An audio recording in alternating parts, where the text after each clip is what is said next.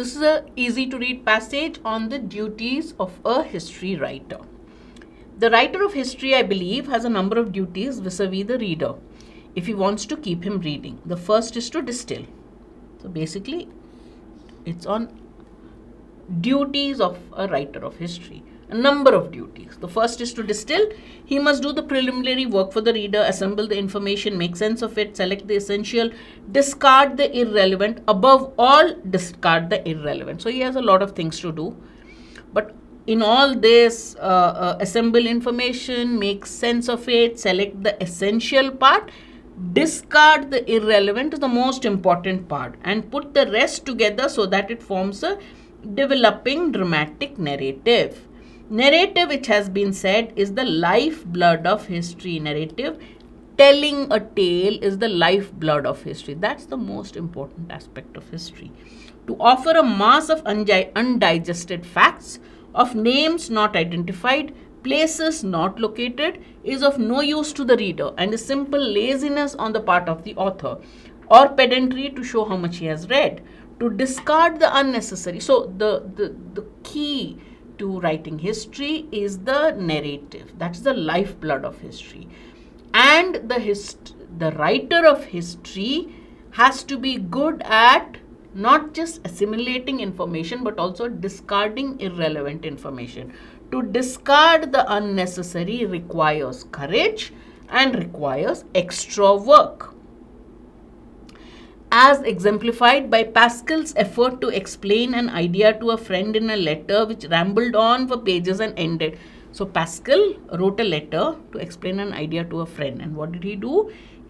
The letter was several pages long. He rambled on and on. At the end, he says, I'm sorry to have wearied you with so long a letter, but I didn't have the time to write a short one. So what can you infer from this? To write a short letter needs more time than to write a longer letter, because you have to decide what to include in the letter and what not to include.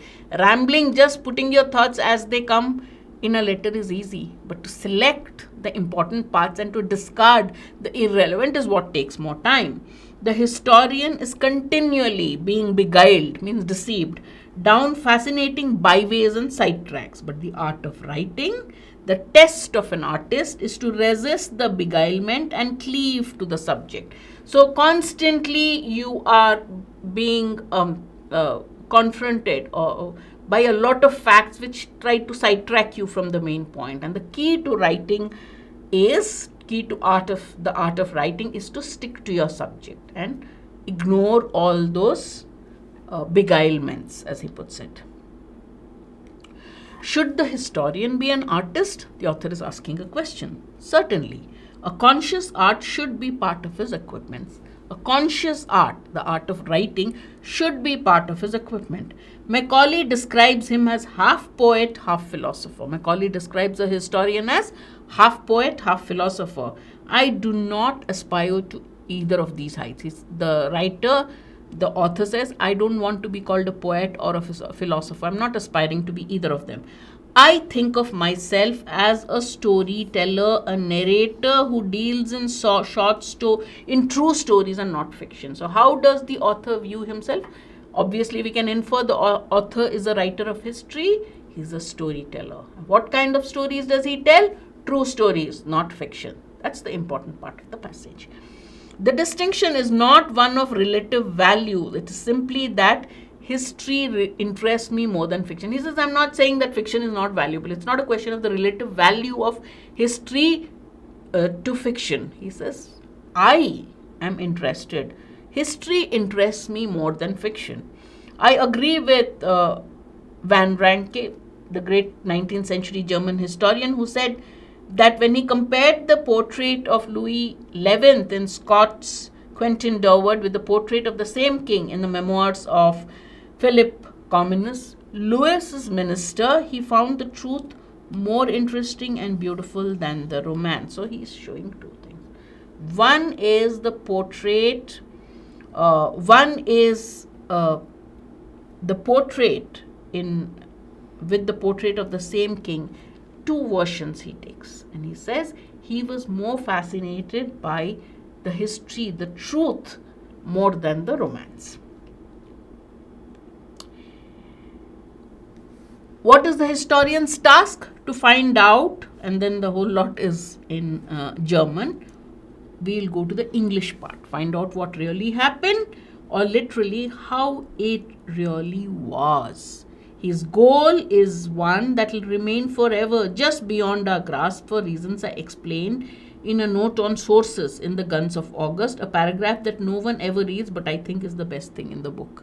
So the author says, Rank, who asks, what is a historian's task?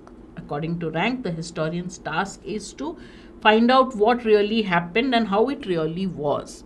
His goal is one that will remain forever just beyond our grasps for reasons. Why would his goal be just beyond our grasp? Because we who write about the past were not really there. We can never be really certain that we have recaptured things as it really was, but at least we can stay within the evidence. Rank says the historian's job is to show things as they really were. The author says that goal, are we meeting it? We try, but are we meeting it? It's difficult. Why? Because we were not there when that history is a record of the past. We were not there when it happened.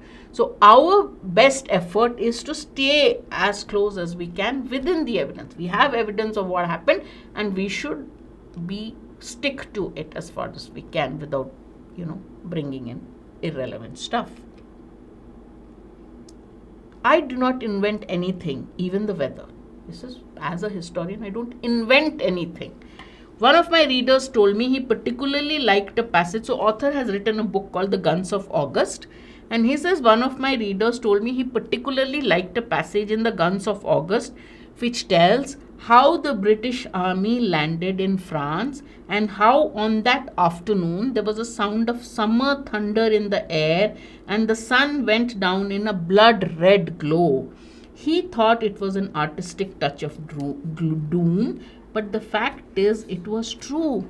The author says, when I write history, I don't invent anything, even the weather. If I mention the weather in a historical narrative, in telling history, I don't invent it.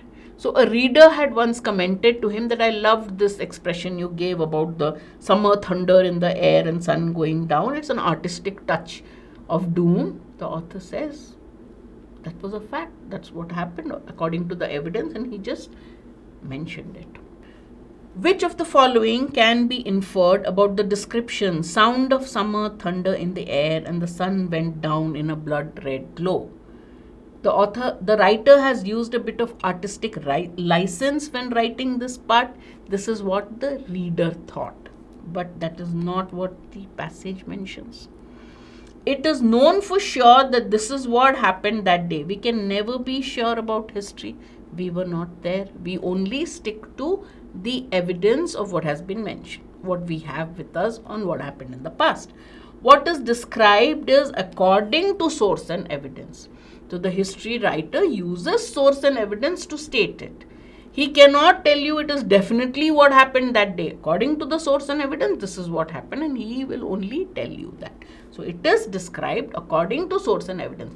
The reader who read that bit told the author it seems to be an artistic touch of doom.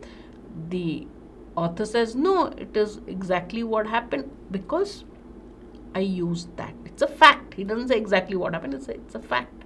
I did not create anything. I do not invent anything, not even the weather. The weather that he described is according to evidence that he has, and he has mentioned it. Therefore, the correct answer is C.